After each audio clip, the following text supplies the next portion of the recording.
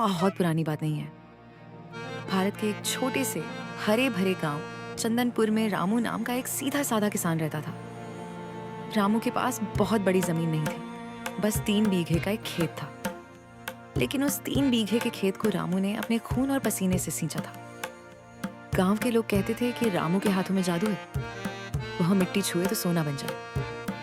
लेकिन नियति का खेल देखिए, रामू जितना कर्मठ था, उसके 2 बेटे सोम और श्याम उतने ही निकम्मे और आलसी थे। सुबह जब सूरज सिर पर आ जाता तब तो उन दोनों की आंखें खुलती थी। अरे सोम, ओ श्याम, अरे दोपहर होने को आई रे बच्चों, उठो, देखो धूप आंगन तक आ गई है। बैलों को चारा देना है, खेत की मेट टूट गई है, उसे ठीक करना है। उठो मेरे लाल। उफ, पिताजी, रोज सुबह सुबह आपका यही राग शुरू हो जाता है। अभी तो सूरज ठीक से उगा भी नहीं है, थोड़ी देर सोने दीजिए। रात को गांव की चौपाल पर देर तक जागना पड़ा था। हाँ पिताजी, बड़े भाई ठीक कह रहे हैं। और वैसे भी खेत की मेढ़ ही तो टूटी है, कोई पहाड़ तो नहीं टूट गया। कल देख लेंगे। आप बेकार ही इतनी चिंता करते हैं। कल देख लेंगे? तुम दोनों की यही कल कल मेरे जीवन का काल बन गई है। अरे, जमीन हमारी माता है। अगर हम समय पर इसकी सुध नहीं लेंगे तो यह हमें अन्न कहां से देगी? तुम्हारे दादाजी कहते थे कि किसान का आलस उसके घर की दरिद्रता का पहला निमंत्रण होता है। पिताजी, दादाजी के जमाने की बातें छोड़िए। आजकल लोग दिमाग से कमाते हैं, शरीर तोड़कर नहीं। आप पूरी जिंदगी इस मिट्टी में खप गए, मिला क्या? वही फटा कुर्ता और सूखी रोटी। यह फटा कुर्ता और सूखी रोटी ईमानदारी की है। सो इस मिट्टी ने कभी मुझे भूखा नहीं सुलाया, लेकिन मुझे डर है कि मेरे बाद तुम दोनों का क्या होगा। जब मैं नहीं रहूंगा तो यह आलस तुम्हें भीख मांगने पर मजबूर कर देगा। अरे पिताजी, आप तो हमेशा रोना ही रोते रहते हैं। जब तक आपकी ये 3 बीघे की जमीन है, हमें क्या फिक्र, कोई ना कोई रास्ता निकल ही जाएगा। चलिए, अब मुझे भूख लगी है। माँ तो रही नहीं, आप ही बताइए रसोई में कुछ खाने को है या नहीं? रसोई में अनाज का आखिरी डिब्बा भी खाली होने को है लड़कों। अगर आज खेत पर नहीं गए तो कल भूखे सोना पड़ेगा। देख श्याम, पिताजी बूढ़े हो गए हैं, इसलिए सठिया गए हैं। रोज वही खेती बाड़ी, गोबर मिट्टी। मेरा तो मन करता है कि ये खेत किसी को बेच दें और शहर जाकर कोई बड़ा धंधा शुरू करें। भाई, बात तो तुम्हारी पते की है, लेकिन खेत बेचने के लिए पिताजी के दस्तखत चाहिए होंगे। और वह जीते जी इस जमीन का एक टुकड़ा भी किसी को छूने नहीं देंगे। कोई बात नहीं, जब तक चल रहा है चलने दो। चल गांव के नुक्कड़ पर चलते हैं, वहां आज ताश का खेल जमने वाला है। सोम और श्याम घर के हालात से बेखबर गांव की गलियों में आवारागर्दी करते रहे। उधर रामू काका अपनी कमजोर पीठ और कांपते हाथों से खेत की तरफ चल पड़े। रास्ते में उन्हें उनका पुराना मित्र मंगल मिला। मंगल भी एक किसान था जो रामू के दुखों को अच्छी तरह समझता था।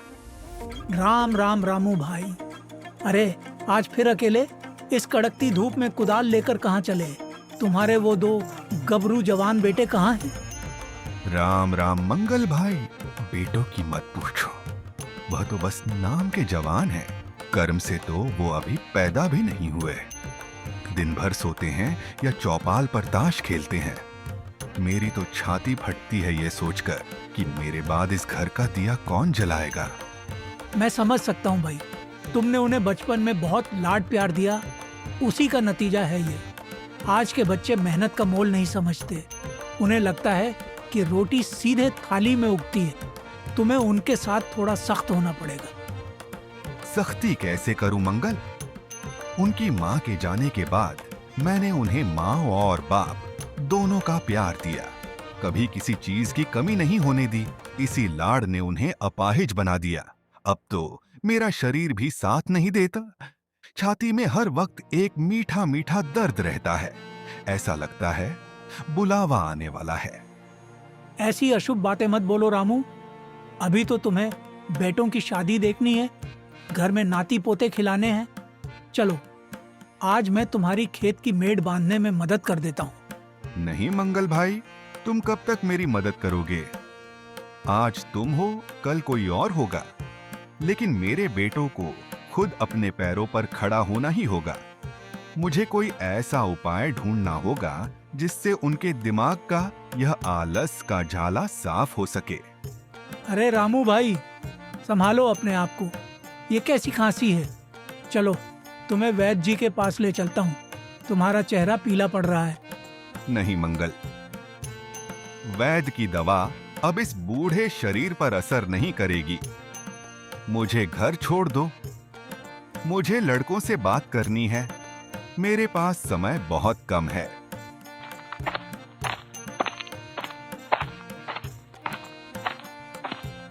मंगल काका ने रामू को घर पहुंचाया। रात होते होते रामू की तबीयत बहुत ज्यादा बिगड़ गई। उसकी सांसें उखड़ने लगी थी। गांव के वैद्य जी ने हाथ देखकर साफ कह दिया था कि अब सिर्फ कुछ घंटों की ही बात है।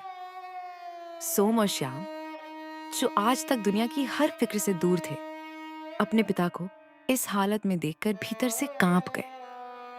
लेकिन उनके मन के एक कोने में अब भी यह जिज्ञासा थी कि पिता के जाने के बाद उनका गुजारा कैसे होगा। पिताजी, आप हमें छोड़कर नहीं जा सकते। हमारी गलतियों को माफ कर दीजिए, हम आपकी बात मानेंगे। श्याम घबराकर, हाँ पिताजी, आंखें खोलिए। वैद्य जी ने कहा है कि आप ठीक हो जाएंगे, आप बस आराम कीजिए। सोम, श्याम, मेरी बात ध्यान से सुनो। अब नाटक और बहानों का समय निकल चुका है। यमराज मेरे सिरहाने खड़े हैं। मुझे दुख इस बात का नहीं है कि मैं मर रहा हूं। दुख इस बात का है कि मैं तुम्हें कंगाली की हालत में छोड़कर जा रहा हूं। पिताजी, ऐसा मत कहिए। क्या आपने हमारे लिए कुछ भी नहीं बचाया? हमारे दादाजी तो बड़े जमींदार थे, उनके पास तो बहुत सोना चांदी था। वह सब कहाँ गया? हाँ पिताजी, बचपन में माँ कहती थी कि हमारे घर में बहुत बरकत थी। क्या आपने वह सारा धन कहीं छुपा कर रखा है? हमें बताइए पिताजी, वरना आपके बाद हम भूखे मर जाएंगे। हाँ बच्चों, तुमने ठीक कहा। मेरे पास धन है। नगद पैसा तो मैंने तुम्हारी आवारागर्दी और अपनी बीमारी में खर्च कर दिया। लेकिन एक खजाना है। खजाना? कहाँ है वह खजाना पिताजी? वह खजाना जो हमारे पूर्वजों का था, मैंने उसे किसी चोर के डर से घर में नहीं रखा।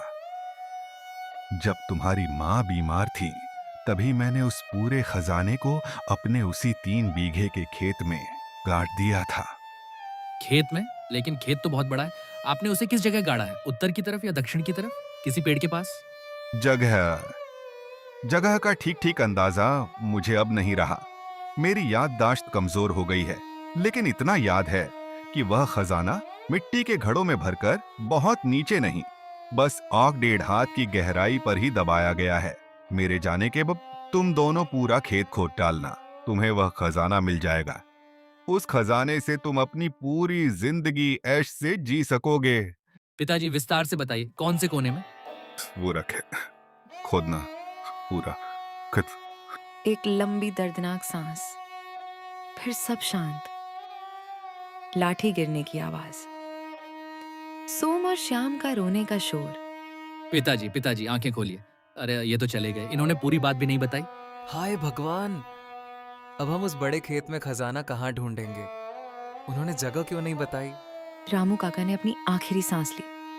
उन्होंने दुनिया छोड़ दी, लेकिन जाते जाते अपने बेटों के दिमाग में खजाने का ऐसा बीज बो दिया जिसने उनकी नींद उड़ा दी थी। गांव वालों की मदद से रामू का अंतिम संस्कार किया गया। सोम और श्याम ने 13 दिनों तक सारे नियम धर्म पूरे किए, लेकिन उनका मन केवल और केवल उस 3 बीघे के खेत में गड़े खजाने पर अटका हुआ था। पिता के श्राद्ध के ठीक अगले दिन, जब सुबह का उजाला अभी पूरी तरह फैला भी नहीं था, सोम और श्याम बड़े बड़े कुदाल, फावड़े और टोकरियां लेकर खेत पर पहुंच गए। दोनों के चेहरों पर लालच की चमक थी और मन में करोड़पति बनने का सपना।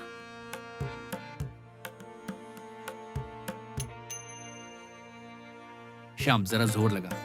पिताजी ने कहा था कि ज्यादा गहराई पर नहीं है, इस उत्तर वाले कोने को अच्छे से खोद। मुझे लगता है कि पुराने पीपल के पेड़ के पास ही उन्होंने घड़ा दबाया होगा। भाई सुबह से 3 घंटे हो गए हैं, मेरी हथेलियों में छाले पड़ गए हैं। आज तक तो कभी हाथ में पेन भी नहीं पकड़ा था।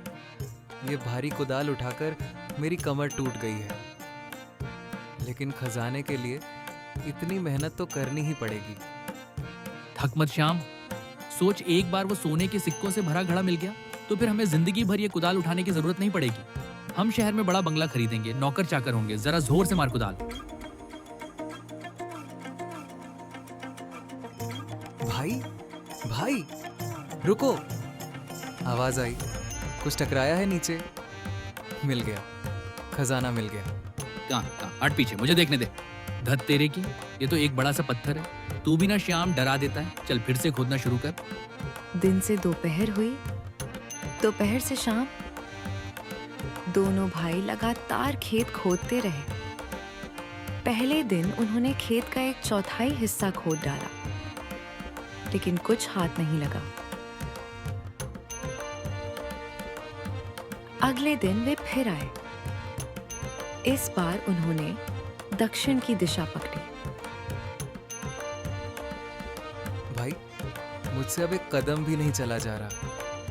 हमारी पीठ अकड़ गई है, पैरों में जान नहीं बची। आज तीसरा दिन है, आधा खेत खुद चुका है, लेकिन मिट्टी और पत्थरों के अलावा कुछ नहीं निकला। क्या पिताजी ने हमसे झूठ बोला था ताकि हम काम पर लगे? नहीं श्याम, मरते समय कोई अपने बच्चों से झूठ नहीं बोलता। और फिर पिताजी वैसे भी कभी झूठ नहीं बोलते थे। जरूर हमसे ही कोई चूक हो रही है। हो सकता है खजाना बीचों बीच हो। चलो आज आराम करते हैं, कल बीच का हिस्सा खोदेंगे। इस तरह खजाने के लालच में ही सही, लेकिन उन दोनों आलसी भाइयों ने मात्र 6 दिनों के भीतर पूरे 3 बीघे खेत का कोना कोना खोद डाला। खेत की मिट्टी जो बरसों से सख्त थी, अब वह इतनी गहरी खुदाई के कारण बिल्कुल नरम और उपजाऊ हो चुकी थी। लेकिन अफसोस, खजाने का एक सिक्का भी उन्हें नहीं मिला। दोनों भाई खेत के बीच में बैठकर अपना सिर पकड़कर रोने लगे। भाई हम लुट गए, पिताजी ने हमें धोखा दिया। हमने पूरा खेत छान मारा, 1-1 इंच मिट्टी पलट दी, लेकिन कहीं कोई घड़ा नहीं है। अब हम क्या करेंगे? हमारे पास तो खाने के भी पैसे नहीं बचे। मुझे भी समझ नहीं आ रहा श्याम, इतनी मेहनत हमने जिंदगी में पहली बार की और नतीजा क्या निकला? सिर्फ ये छाले और बदन दर्द। भारी कदमों की आवाज, मंगल काका का प्रवेश। अरे सोम, श्याम, तुम दोनों यहाँ खेत के बीच में क्यों बैठे हो? और ये क्या, तुमने तो पूरा खेत खोद डाला है। वाह भाई वाह, रामू की आत्मा आज बहुत खुश होगी। जो काम वह अकेले नहीं कर पा रहा था, वह तुम दोनों ने कर दिखाया। काका आप हमारा मजाक मत उड़ाइए। पिताजी ने हमसे मरते समय झूठ बोला था। उन्होंने कहा था कि खेत में खजाना गड़ा है। हमने खजाने के चक्कर में अपनी जान दांव पर लगा दी, पूरा खेत खोद दिया, पर यहाँ तो कुछ भी नहीं है। हाँ हाँ हाँ, अच्छा तो रामू यह खेल खेल गया। आप हंस क्यों रहे हैं काका? हमारी भुखमरी की नौबत आ गई है और आपको हंसी सूझ रही है। बच्चों शांत हो जाओ। रामू ने तुमसे झूठ नहीं बोला, उसने जो कहा था बिल्कुल सच कहा। बस तुम उसकी बात का मतलब नहीं समझ पाए। मतलब कैसा मतलब काका? एक बात बताओ, इस समय आसमान में क्या दिख रहा है? काले बादल है, बारिश होने वाली है। बिल्कुल। और तुम दोनों ने अपनी मेहनत से इस खेत की मिट्टी को बिल्कुल तैयार कर दिया है। इतनी अच्छी खुदाई तो रामू भी अपने अच्छे दिनों में नहीं कर पाया था। अब जब खेत पूरी तरह से खुद चुका है, तो क्यों ना तुम इसमें गेहूं के बीज बो दो। अगर बीज नहीं बोगे तो तुम्हारी ये 6 दिनों की मेहनत बिल्कुल बेकार चली जाएगी। गांव के लोग भी हंसेंगे कि खजाने के चक्कर में पूरा खेत खोदा और हासिल कुछ नहीं हुआ। भाई काका ठीक कह रहे हैं। अगर हम ऐसे ही बैठे रहे तो जगहसाई होगी और खेत तो तैयार है ही। लेकिन भाई बीज खरीदने के पैसे कहाँ हैं? उसकी चिंता मत करो। तुम्हारे पिता ने मेरे पास कुछ पैसे और थोड़े अच्छे किस्म के बीज धरोहर के रूप में छोड़े थे। उन्होंने कहा था कि जब मेरे बेटे खेत की तरफ रुख करे तब उन्हें ये दे देना। चलो मेरे घर, मैं तुम्हें बीज देता हूँ। मंगल काका की बात मानकर दोनों भाई उनके घर गए और गेहूं के उत्तम बीज ले आए। उन्होंने पूरे खेत में कतार बनाकर बीज बो दिए। उसी रात चंदनपुर में झमाझम बारिश हुई। मिट्टी नम थी, खुदाई गहरी थी, इसलिए बीजों ने मिट्टी को बहुत जल्दी पकड़ लिया। दिन हफ्तों में और हफ्ते महीनों में बदल गए। सोम और श्याम अब रोज खेत पर जाने लगे थे। पहले वे खजाने के लिए गए थे, लेकिन अब उन्हें अपनी बोई हुई फसल की चिंता होने लगी थी। वे रोज सुबह उठते, बैलों को पानी देते, खेत की रखवाली करते और जंगली जानवरों से फसल को बचाते। उनके शरीर का आलस गायब हो चुका था और उनकी दिनचर्या बदल गई थी। और फिर आया वसंत का मौसम। बड़े भाई, जल्दी आओ, देखो तो सही। क्या हुआ श्याम, इतना क्यों चिल्ला रहे हो?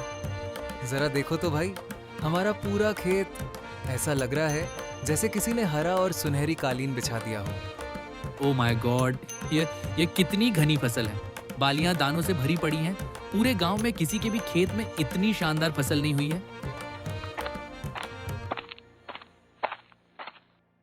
बहुत खूब लड़कों, बहुत खूब।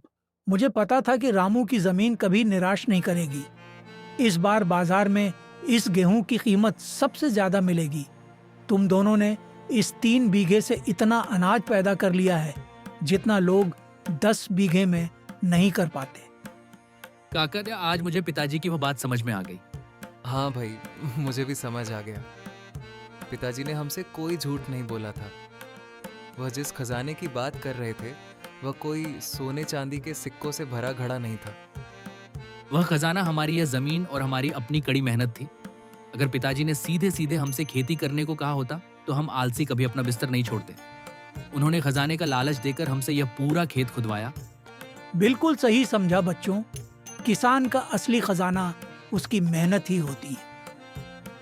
जब तक तुम मिट्टी में अपना पसीना नहीं मिलाओगे तब तक मिट्टी तुम्हें सोना कैसे देगी।